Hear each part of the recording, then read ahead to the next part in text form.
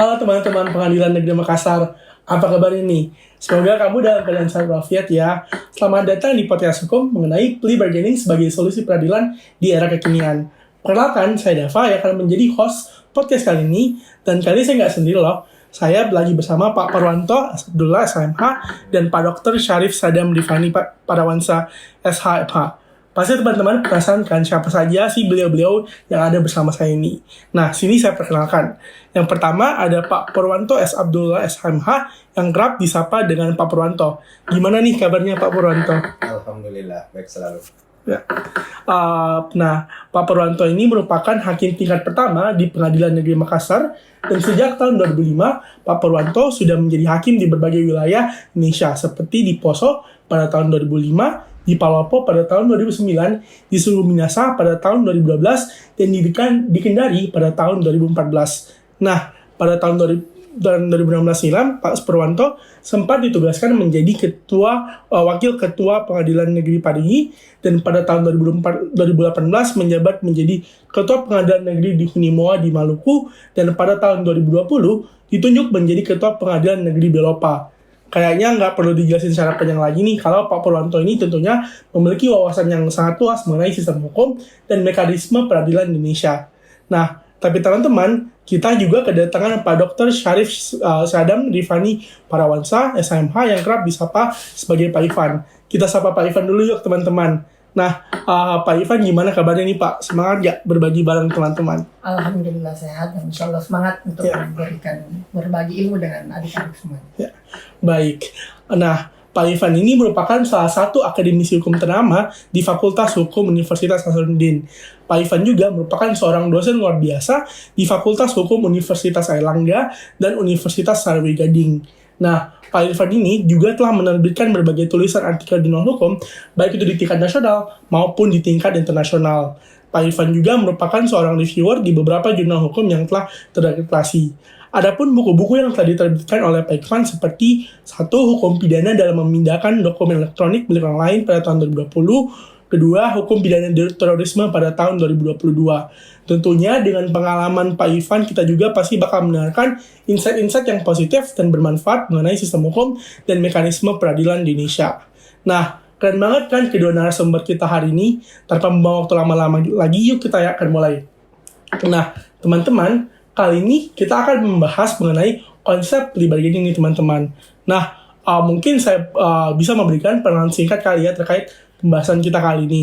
Nah, pembahasan kita kali ini mengenai plea bargaining, di mana terdapat penelitian yang diterbitkan oleh PwC Asia Foundation mengenai survey report on citizens' perception of the Indonesian justice sector preliminary findings and recommendation, menunjukkan sebenarnya fakta bahwa proses peradilan Indonesia ini cenderung mahal, memakan waktu yang lama, dan prosesnya cukup sulit untuk dipahami oleh masyarakat. Hal ini cukup disayangkan karena sebenarnya sistem peradilan Indonesia yang menganut asas sederhana, cepat, dan berkeadilan sebagaimana bunyi pasal 2 ayat 4 Undang-Undang Nomor 48 Tahun 2009 tentang kekuasaan kehakiman. Nah, maka dari itu, plea bargaining ini hadir dengan harapan dapat mengurangi beban perkara yang masuk ke pengadilan guna mempercepat proses pengadilan. Tapi, sayangnya sejauh ini konsep plea bargaining ini masih menjadi konsep yang cukup abstrak di Indonesia, karena belum pernah diterapkan di Indonesia, melainkan di beberapa negara lainnya seperti Amerika Serikat. Nah, untuk teman-teman agar kita bisa membahas lebih dalam lagi mengenai plea bargaining, yuk kita tanya-tanya nih bersama kedua narasumber kita. Nah, pertanyaan pertama mungkin ditujukan kepada Pak Ivan. Nah, untuk Pak Ivan, konsep sejauh ini konsep plea bargaining dan sejarah dari plea bargaining itu bagaimana sih Pak? Ya, baik, terima kasih atas kesempatan yang diberikan. Tadi saya sudah diperkenalkan diri saya, tentu tidak usah memperkenalkan diri lagi. Jadi konsep plea bargaining ini sebenarnya adalah dia lebih kepada konsep negosiasi, ya, negosiasi, kesepakatan, ya, negosiasi atau kesepakatan antara pelaku dan jaksa itu sendiri. Ya, kesepakatan atau negosiasi ya. Negosiasi dalam bentuk apa? Negosiasi dalam bentuk pengakuan kesalahan yang dilakukan oleh pelaku terhadap si korban itu. Jadi ini plea bargaining sebenarnya ini adalah negosiasi ya, pengakuan. Kalau dalam agama Nasrani mungkin seperti di pengakuan dosa lah seperti kalau dalam agama Nasrani ya, dia seperti pengakuan dosa. Jadi mengakui kesalahan-kesalahan yang dia lakukan ya, mengakui kesalahan-kesalahan yang dia lakukan agar tujuannya dia bisa mendapatkan pengurangan hukuman yang nantinya akan diberikan oleh hakim. Jadi lebih kepada pengakuan kesalahan yang oleh terdakwa. Seperti itu plea bargaining sebenarnya. Jadi sejarah plea bargaining juga itu sebenarnya sudah lama diberlakukan ya. Sejarahnya itu dimulai dari pada abad 18 hingga pada abad ke-19 hingga abad 20. Dan plea bargaining itu sendiri sebenarnya sudah diberlakukan Pak di negara-negara common law system, khususnya di negara Amerika Serikat. Nah, di Indonesia sendiri itu dia masih dalam tataran konsep. Nah, yang diatur di dalam pasal 199 Rancangan Kitab Undang-Undang Hukum Acara Pidana. Ya. Jadi dia itu pengakuan kesalahan oleh si terdakwa. Nah, nanti ketika dia mengakui kesalahannya, dia bisa mendapatkan peringanan hukuman ya. Ada 3 bentuk ya sebenarnya ya negosiasinya itu. Yang pertama adalah negosiasi pasal yang didakwakan ya, yaitu jaksa menawarkan untuk menurunkan jenis tindak pidana yang akan diberikan nanti ya. Yang kedua fact bargaining atau negosiasi fakta hukum ya, yaitu jaksa hanya akan menyampaikan fakta-fakta yang meringankan terdakwa karena dia sudah mengakui kesalahannya. Yang ketiga adalah negosiasi hukuman, negosiasi antara jaksa dan terdakwa mengenai hukuman yang akan diterima ya. Tapi di sini ada kekurangannya juga. Di dalam rancangan KUHP itu hanya melibatkan antara jaksa ya, khusus di Indonesia ya, hanya melibatkan antara jaksa dan si pelaku, tidak melibatkan hakim. Berbeda di Amerika Serikat Pak. Kalau di Amerika Serikat itu dia melibatkan memang hakim. Nah, kalau kita di Indonesia itu hanya melibatkan jaksa dengan pelaku. Nah, inilah yang dikhawatirkan sebenarnya, jangan sampai memunculkan korupsi yang baru lagi. Ya, betul. Memunculkan korupsi yang baru karena tidak melibatkan hakim. Kalau saya boleh usul plea bargaining itu ya, harus juga melibatkan hakim sama seperti di Amerika untuk menutupi celah-celah korupsi yang akan terjadi di kemudian hari. Jadi kalau itu ada kekurangan kita di situ sebenarnya karena dia tidak melibatkan hakim, berbeda dengan di Amerika Serikat itu sendiri. Jadi pada saat dia mengakui kesalahannya, mengakui perbuatannya, dia bisa mendapatkan peringanan hukuman. Peringanan hukuman ya ada 3 ya, ada charge bargaining yang tadi negosiasi pasal yang didakwakan yang pertama, yang kedua negosiasi fakta hukum, dan yang ketiga adalah negosiasi hukuman. Nah, negosiasi hukuman itulah peringanan hukuman yang akan diberikan oleh majelis hakim. Tetapi majelis hakim juga itu bisa menolak pengakuan dari si terdakwa itu di dalam rancangan KUHP itu. Dia bisa menolak. Kenapa dia bisa menolak? Kalau misalnya hakim merasa ragu, dia bisa menolak pengakuan dari si terdakwa itu. Karena pengakuan terdakwa itu nanti akan dia bacakan atau akan dilakukan pada saat pembacaan dakwaan di tingkat pengadilan. Seperti itu. Baik. Terima kasih banyak Pak Irfan. Nah, jadi dari Pak Irfan tadi kita belajar kalau ternyata konsep plea bargaining ini ternyata proses peringanan hukuman di mana terjadi kesepakatan antara si pelaku dan jaksa, di mana si pelaku mengakui kesalahan yang telah dilakukan. Nah, tadi kan Pak Irfan sempat menyatakan bahwa sebenarnya di rancangan KUHP ini keterlibatannya itu antar jaksa dan si pelaku, namun terdapat urgensi untuk melibatkan si hakim. Karena kita ada hakim juga nih, ada Pak Purwanto. Mungkin kita bisa tanya Pak Purwanto dulu nih. Mungkin menurut Pak Purwanto nih, kira-kira sepenting dan sejauh apa sih seharusnya keterlibatan hakim dalam proses plea bargaining ini, kalau misalnya sudah diterapkan di praktik peradilan Indonesia? Baik ya, terima kasih. tadi sudah kita dengarkan penjelasan dari Pak Dr. Ivan ya tentang play bargaining. Jadi saya tidak terlalu jauh seperti itu untuk menjelaskan latar belakangnya. Tetapi pada hakikatnya terhadap play bargaining ini kan hal yang baru ya. Ini masih rancangan KUHP ya, 119 kalau tidak salah ya. 159. 159. Nah, tetapi pada hakikatnya bahwa kami sebagai hakim di Pengadilan Negeri Makassar ini, khususnya karena ini kelas 1A khusus sebenarnya, ini kan masalah pengakuan tadi yang ini kan dari terdakwa, itu bisa menjadi hal-hal yang meringankan tentunya itu sebenarnya sudah berjalan. Tetapi mungkin yang dimaksudkan sini mungkin memangkas yang tadi sudah sampaikan bahwa beracara di pengadilan itu berbelit-belit, biaya mahal, waktu panjang. Nah itulah mungkin rancangan KUHP itu dibuat khususnya 199 ini untuk meminimalkan waktu, biaya dan lebih ringan kan begitu mungkin sesuai asasnya ya, asas sederhana, cepat, biaya ringan kan begitu ya. Tetapi untuk walaupun ini masih rancangan, tetapi kalau kami dalam prakteknya khususnya di Pengadilan Negeri Makassar itu karena ini kan perkara begitu numpuk ya. Kami mungkin kalau di kelas 2 mungkin atau kelas 1 di bawahnya mungkin belum terlalu ini. Tapi kalau kami di kelas 1H khusus itu karena begitu banyaknya perkara ya. Dalam satu hari itu satu orang hakim itu bisa lebih dari 20, paling kurang lebih dari 20 sampai 40 perkara itu disidangkan dalam satu hari perkara pidana. Itu bisa bayangkan sehingga proses pemeriksaannya itu pun ya ketika misalnya terdakwa mengakui seperti tadi sampaikan sudah ada pengakuan dan itu bisa menjadikan hal meringankan didukung oleh bukti-bukti lain misalnya seperti saksi ya sudah cukup kita sidang paling setelah itu tunda sudah acaranya sudah tuntutan jadi prosesnya itu mungkin lebih dipangkas. Nah selain itu mungkin saya sampaikan juga bahwa sebenarnya Mahkamah Agung tetapi bukan dalam hal pidananya ya mengeluarkan peraturan Mahkamah Agung yang disebut Perma nomor 2 tahun 2012 itu mengenai jumlah denda di dalam KUHP. Itu kan kalau sebelumnya kan 250.000. Nah, sekarang menjadi 2.500.000. Nah, itu dilatar belakangi pada hal kasus-kasus yang sempat viral ya, ada pencurian sendal jepit yang sempat viral itu kan, pencurian kakao. Ya, itu kan prosesnya begitu lama hanya dengan pencurian dengan begitu orang sudah ditahan, prosesnya begitu lama ya. Nah, dengan adanya Perma ini bisa memangkas ya.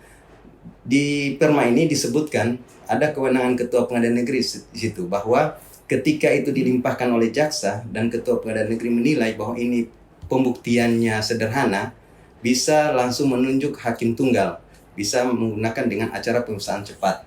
Jadi tidak lagi dengan proses yang panjang seperti acara biasa, tetapi menjadi acara cepat. Dan yang mengadili adalah hakim tunggal. Jadi prosesnya itu, tetapi kan ini hanya dalam tahapan bahwa jika nilai kerugian korban itu tidak lebih dari Rp2.500.000. Nah itu. Belum sampai misalnya kalau saya sempat baca-baca 199 kalau tidak salah yang ancaman pidananya tidak lebih dari 7 tahun. Iya, khusus untuk plea bargaining. Jadi tidak semua juga tindak pidana di plea bargaining itu diterapkan. Gitu. Ada ancaman maksimal 7 tahun. Jadi lebih dari 7 tahun tidak boleh diterapkan plea bargaining. Ya. Cuma mungkin nanti itu proses acaranya itu mungkin yang harus betul-betul mungkin diperhatikan karena kalau masih KUHP yang sekarang ini kan ada batasan kalau misalnya yang dimaksudkan itu adalah dengan acara pemeriksaan singkat yang saya sempat baca atau pemeriksaan cepat itu kan ada batasan mengenai ancaman pidananya sementara ini kan 7 tahun. 7 tahun. Kalau yang pemeriksaan acara cepat itu kan maksimal 3 bulan yang singkat itu acara pemeriksaan singkat itu di atas 3 bulan tidak lebih dari 3 tahun kalau nggak salah. Nah, itu yang mungkin kita belum tahu seperti apa rancangannya, apakah ini sudah memenuhi seperti itu dengan ancaman di bawah dari 7 tahun itu aturan selanjutnya seperti apa mungkin itu. Baik. Nah, terima kasih banget nih Pak Purwanto atas jawabannya yang sangat insightful. Ternyata sebenarnya dengan Perma yang disebutkan tadi oleh Pak Purwanto, Perma nomor 2 tahun 2018 yang disebutkan oleh Pak Purwanto tadi sebenarnya menjelaskan kalau praktik yang mirip dengan plea bargaining ini sebenarnya sudah pernah diterapkan di praktik pengadilan Indonesia. Nah, saya mau tanya lagi nih, ini untuk baik Pak Purwanto dan Pak Ivan. Nah, menurut Pak Purwanto dan Pak Ivan ini, apakah ada urgensi untuk menerapkan plea bargaining di peradilan Indonesia? Siapa dulu Pak? Mungkin dari Pak Purwanto dulu dari Pak. Baik ya, saya kira sangat diharapkan ya. Pertama karena melihat kondisi jumlah perkara yang saat sekarang di tangan itu sudah sangat cukup besar. Terus mengingat juga sekarang rutan itu sangat over kapasitas ya. Jadi mungkin itu sangat dibutuhkan untuk untuk menerapkan plea bargaining ini ya. Kenapa seperti itu? Karena mengharapkan supaya ada perkara-perkara yang mungkin ancamannya tadi kalau sudah diatur bahwa rancangan KUHP di bawah 7 tahun itu bisa diterapkan ya. Kami juga hakim sangat mengharapkan itu. Kenapa? Karena proses persidangannya juga tidak begitu panjang, cepat ya. Mungkin sidang 2-3 kali sudah bisa putus ya. Kalau yang acara biasa kan prosesnya lama, baca dakwaan, setelah itu mungkin ada eksepsi dari terdakwa, ada lagi pembuktian dari penuntut umum, dilanjutkan lagi tuntutan, replik duplik, kan jadi panjang kan. Nah, kalau seperti itu ya insya Allah mungkin itu bisa untuk hakim ya pasti sangat mengharapkan untuk diterapkan. Baik, terima kasih banyak Pak Purwanto atas jawabannya. Mungkin kita dengar jawaban dari Pak Ivan dulu nih. Iya, oke. Jadi saya sepakat dengan hakim ya Pak Purwanto ya bahwa memang plea bargaining ini memang sebenarnya harus diterapkan di Indonesia. Kenapa? Karena konsep plea bargaining ini adalah jalur khusus Pak. Dia jalur khusus, dia bukan restoratif justice juga. Ya, betul. Jadi memang dia bedanya dengan restoratif justice. Kalau restoratif justice itu kan di luar sistem peradilan pidana. Ya. Dia sebelum masuk ke persidangan dia harus mediasi dulu, didamaikan dulu. Berbeda dengan plea bargaining. Kalau plea bargaining ini dia di dalam proses peradilan pidana yang tadinya misalnya dia menggunakan acara pemeriksaan biasa, nanti dengan adanya plea bargaining ini dia menggunakan acara pemeriksaan cepat yang seperti yang Pak Hakim bilang tadi. Jadi kalau saya memang dibutuhkan memang plea bargaining ini untuk diterapkan karena yang pertama tadi seperti yang Bapak bilang ada supaya pengurangan over capacity ya. Yang di lapas itu sudah banyak sekali orang-orang yang bersalah ataupun orang yang tidak bersalah tapi disalahkan ya.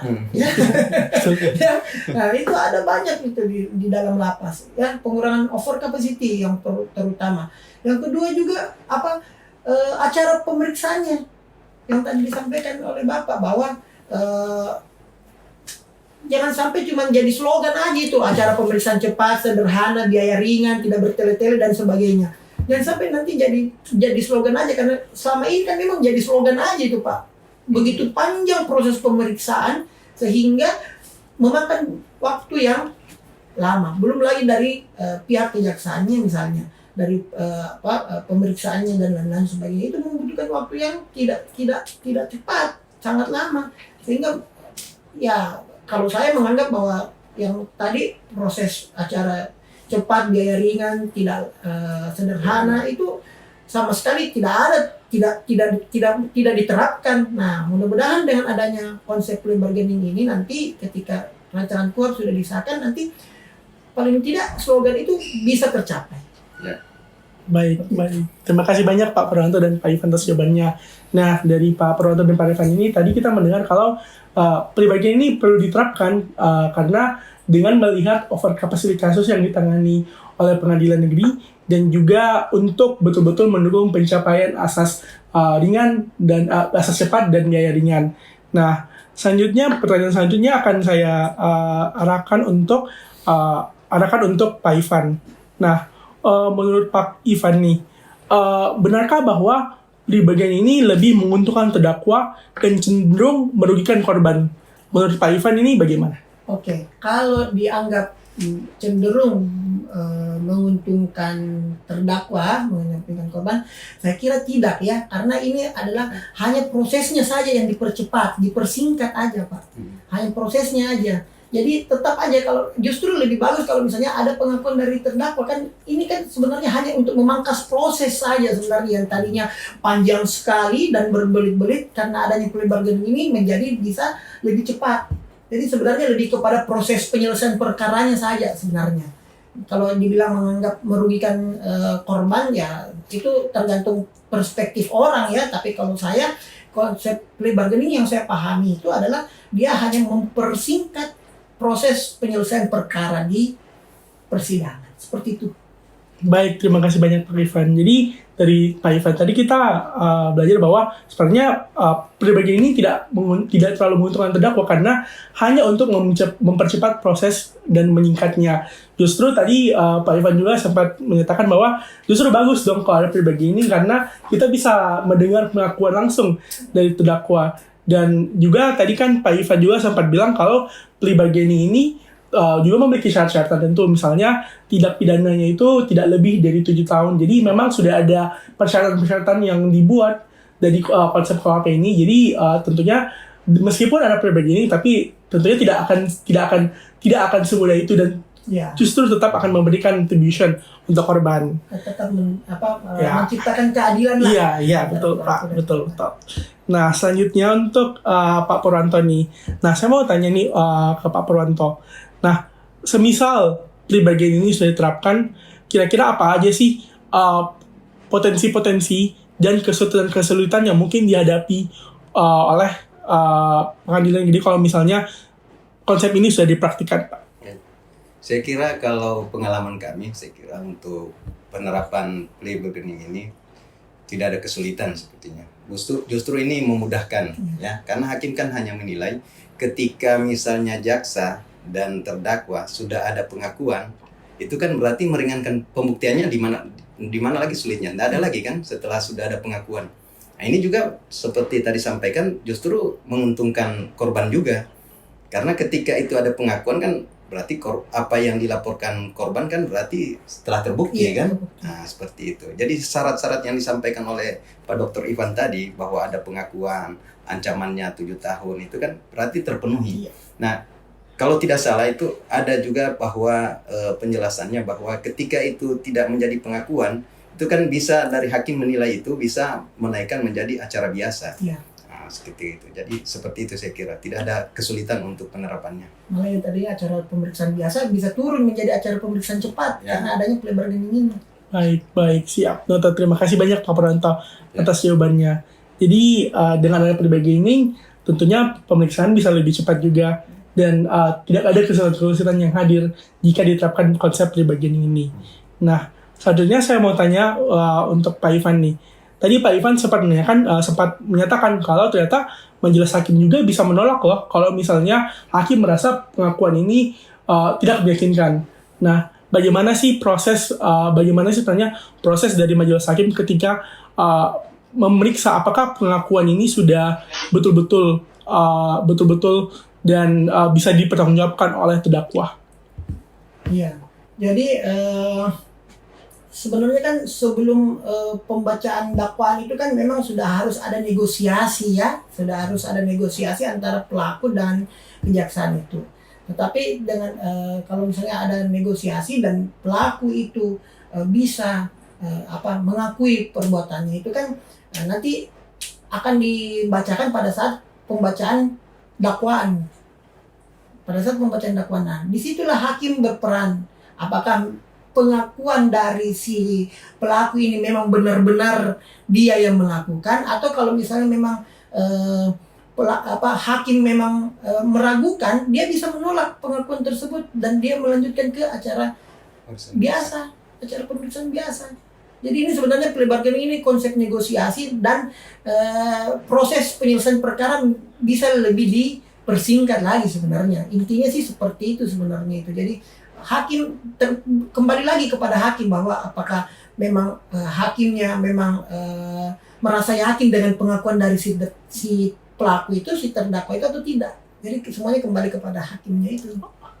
Baik. Terima kasih banyak Ivan. Jadi kembali ke hakimnya nih ceritanya. Nah, kita kembali ke hakim juga nih. Kembali ke Pak Purwanto. Nah, mungkin saya mau tanya Pak Purwanto, kira-kira apa saja yang perlu kita antisipasi untuk penerapan plea bargaining? Ya, saya kira untuk plea bargaining kan tadi sudah sampaikan lebih mudah, lebih sederhana kan. Yang hal-hal yang menyangkut pemeriksaan acara biasa saja bisa kita lakukan, apalagi yang hal-hal yang menyangkut misalnya pemeriksaan lebih cepat atau lebih singkat. Saya kira tidak ada yang perlu dikhawatirkan. Justru ini sebagai hakim membantu pekerjaan kami, begitu banyak tumpukan pekerjaan perkara itu bisa selesai dalam tenggang waktu, mungkin dalam 1 hari bisa selesai berapa perkara yang bisa kami selesaikan. Jadi ya itu harapan kami, tidak perlu diragukan lagi. Ya. Baik ya, terima kasih banyak Pak Purwanto atas jawabannya. Nah, selanjutnya saya tujukan juga ke Pak Ivan. Nah, kira-kira dengan penerapan plea bargaining ini, apakah calon-calon terdakwa nanti kalau misalnya ada tindak pidana, kira-kira dengan meskipun ada konsep plea bargaining ini, apakah hal ini akan disalahgunakan oleh terdakwa atau akan memberikan mereka insentif untuk betul-betul memiliki efek jerah dengan adanya konsep ini? Ya, kembali lagi ya bahwa sebenarnya plea bargaining itu adalah proses penyelesaian perkara supaya lebih cepat ya. Nah, bahwa kalau ada keraguan ya hakim bisa menolak pengakuan terdakwa itu. Seperti itu deh. Jadi dia sebenarnya untuk mempersingkat aja proses penyelesaian perkara yang tadinya berbelit-belit ya. Tadinya berbelit-belit menjadi lebih singkat, menjadi lebih cepat. Karena tadi seperti Pak Hakim bilang bahwa menangani menyidangkan dalam 1 hari itu 30 sampai 40 perkara Pak ya. Dan memang saya sudah pernah rasakan pada saat saya menjadi advokat magang. Ya. Itu lama sekali kita menunggu di pengadilan itu, menunggu antara itu lama sekali. Nah, sehingga dengan adanya konsep plea bargaining ini ya di dalam pasal 199 rancangan KUHP itu mudah-mudahan bisa diakomodir ya, bisa diakomodir dan bisa diterapkan secepatnya. Karena tadi Pak Hakim juga bilang bahwa sebenarnya sudah ada diterapkan juga beberapa Pak ya, tapi dengan nama yang lain, restoratif justice. Tapi restoratif justice itu kan di luar dari sistem peradilan pidana. Beda dengan plea bargaining. Kalau plea bargaining itu kan di dalam proses peradilan pidana. Dia bukan restoratif justice, dia dinamakan jalur khusus. Nah, coba nanti ada bisa lihat di rancangan KUHP itu memang ada namanya jalur khusus, memang dia disebutkan di situ jalur khusus. Dia bukan restoratif justice, jadi prosesnya tetap jalan, tapi hanya dipersingkat saja. Dengan adanya pengakuan dari terdakwa atau pelaku itu prosesnya jadi lebih cepat, gitu. Seperti itu. Baik, terima kasih banyak Pak Ivan. Jadi untuk menyimpulkan apa yang Pak Ivan tadi sampaikan, tentunya hal ini tidak bisa juga disalahgunakan oleh terdakwa karena tentunya ini juga kembali ke hakimnya apakah pengakuan ini bisa dipertanggungjawabkan. Dan meskipun ada peringanan hukuman, tentunya akan ada juga persyaratan-persyaratan dan plea bargaining ini sebenarnya lebih menekankan pada proses percepatan gitu kan Pak. Nah, ini pertanyaan terakhir untuk baik Pak Purwanto dan Pak Ivan. Nah, sebagai closing statement-nya, apa saja harapan-harapan dari Pak Purwanto dan Pak Ivan untuk proses penerapan plea bargaining yang baik dan akuntabel di peradilan Indonesia? Siapa dulu nih? Baik, dari Pak Hakim dulu. Iya. Tentunya ini seperti ini ya, karena ini hal yang baru sebenarnya dalam formalnya ya, tetapi prakteknya sebenarnya sudah sering kita lakukan. Tentu yang pertama mengenai syarat tadi. Syarat harus betul-betul misalnya dipertegas syarat-syaratnya apa saja yang memenuhi syarat untuk dilakukan plea bargaining ini. Ya, apakah ancaman pidananya misalnya tidak lebih dari 7 tahun tadi. Terus apakah harus ada pengakuan? Jika terdakwa misalnya tidak melakukan pengakuan itu tidak bisa dilakukan, ya kan? Terus apakah misalnya dibutuhkan korban dari, apakah di situ ada penerimaan maaf misalnya kan? Misalnya dalam hal misalnya terjadi perselisihan antara korban dan terdakwa, mungkin syarat-syarat itu yang harus dipertegas di dalam plea bargaining ini nanti jika diterapkan, supaya nanti kami misalnya yang menerapkan ini yang terjun langsung sebagai hakim tidak jadi lagi masalah di belakang ya, ketika kami menilai bahwa ini layak untuk dijadikan proses pemeriksaan cepat atau proses acara singkat, tidak ada lagi hal-hal yang menjadi keberatan di belakangnya. Nah, jangan sampai nanti ketika itu ada keberatan misalnya dari pihak luar, misalnya khusus misalnya korban atau misalnya dari pendamping-pendamping lainnya, karena ini kan banyak yang melihat untuk prosesnya ini. Saya kira itu syaratnya harus dipertegas. Demikian mungkin. Baik, selanjutnya kita serahkan ke Pak Ivan dulu. Kalau saya, harapan saya mudah-mudahan tidak terjadi korupsi yang baru lagi. Ya, dengan adanya plea bargaining ini mudah-mudahan bisa menutup celah-celah korupsi yang muncul nanti di kemudian hari. Karena kalau orang dengar play bargaining tawar menawar, orang seperti tawar menawar dalam transaksional sebenarnya, tapi sebenarnya tidak seperti itu tawar menawar itu. Jadi pada saat ketika kita melakukan tindak pidana, orang pelaku tersebut harus mengakui bahwa memang dia yang melakukan supaya dia mendapatkan keringanan hukuman. Nah, harapan saya mudah-mudahan tidak terjadi lagi celah korupsi yang baru nanti dengan diterapkannya konsep play bargaining ini. Seperti itu deh. Baik. Terima kasih banyak Pak Purwanto. Saya mungkin tambah. Oh iya, silakan Pak Purwanto. Ini kebetulan di sini kan, jadi ini di luar dari proses acara pidana. Di Mahkamah Agung juga melalui Perma sudah mengeluarkan juga tentang gugatan sederhana, tetapi lebih ke acara proses perkara perdata. Nah, di situ ada syaratnya ketika proses gugatan sederhana ini yang nilai kerugiannya tidak lebih dari 500 juta itu bisa dilakukan dengan proses gugatan sederhana. Saya kira mungkin kurang lebih sama seperti itu. Kalau di perkara perdata ada perma tentang gugatan sederhana yang memberikan syarat tidak lebih dari 500 juta kerugiannya, itu prosesnya hanya di tingkat pertama. Upaya hukumnya pun di tingkat pertama. Penyelesaiannya waktunya lebih singkat.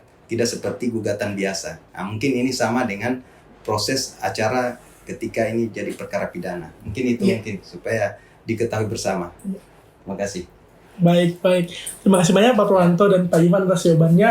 Jadi harapan dari Pak Purwanto dan Pak Ivan ini, semoga penerapan plea bargaining ini semoga senantiasa membantu hakim dan jaksa dan seluruh pihak yang terlibat dalam sistem peradilan Indonesia, dan juga semoga nanti penerapan ini tidak ada unsur-unsur korupsinya, dan korupsi yang baru, karena tentunya ini untuk mendukung pencapaian dari asas cepat dan biaya ringan sederhana. Nah, teman-teman insightful banget ya sesi tanya jawab kita kali ini, karena tadi saya juga dengarnya sambil mencatat nih, dan semoga teman-teman yang mendengarkan juga hari ini bisa menerima berbagai wawasan dan ilmu terkait konsep plea bargaining. Nah, teman-teman mungkin punya pendapat juga nih terkait plea bargaining. Apakah menurut teman-teman plea bargaining ini cocok untuk diterapkan di Indonesia? Mungkin bisa di komen juga nanti di kolom komentar YouTube Pengadilan Negeri Makassar. Nah, sekian teman-teman podcast kita kali ini. Semoga teman-teman bisa menerima ilmu yang bermanfaat untuk menambah wawasan teman-teman, dan stay tune di sosial media Pengadilan Negeri Makassar untuk menyaksikan dan menerima informasi-informasi Pengadilan Negeri Makassar. Terima kasih dan sampai jumpa teman-teman semua.